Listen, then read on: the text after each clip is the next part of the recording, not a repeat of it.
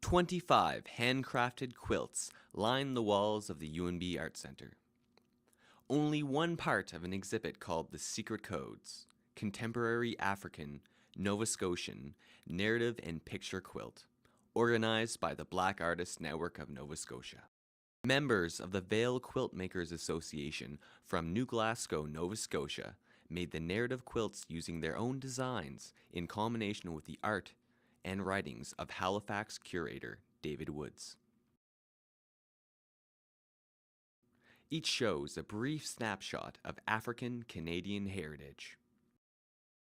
Director of the UNB Art Center, Mary Malaise, noticed Fredericton was lacking ways to celebrate Black History Month, so she took it upon herself to help bring the exhibit to the UNB Art Center. This is my very first. Yeah, so I'm hoping to schedule it in. It's been hard for the community to sort of do this kind of thing. The library usually does something, and when I was starting the research for this, I just noticed there was like one little press release in the Gleaner, and that was it to mark Black History Month, you know. So I thought, well, there really needs to be something. We really need to do something here. The series was inspired by traditional African American quilting and the role it plays in the historic Underground Railroad. The Underground Railroad was a secret network of routes and safe houses that helped runaway slaves escape into Canada in the late 18th century. Those lucky enough to catch quilt maker Cecile Grant learned just how complex and creative the secret network truly was. She explained how slaves adopted drumming, dancing, singing, and symbols from their native cultures into secret forms of communication they used to organize their escape to freedom.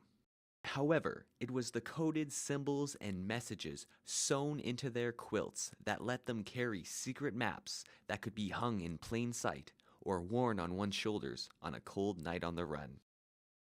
Not only did each block, pattern, and color hold special meaning, but also the way a quilt had been finished and knotted revealed important information, such as the distance to the next safe house. The sampler quilt holds the 15 major patterns that work together as a roadmap leading to the Canadian border and as guidelines for getting there safely.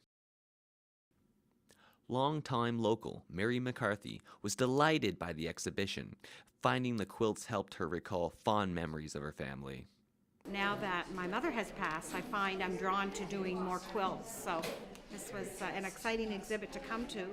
The exhibition has more than just quilts. Locals have the chance to see 2 reproductions of paintings by New Brunswick-born Black artist Edward Mitchell Bannister, and also the King's Landing Leek Taylor collection, a series of artifacts that show the conditions slaves were confined to before slavery ended in North America.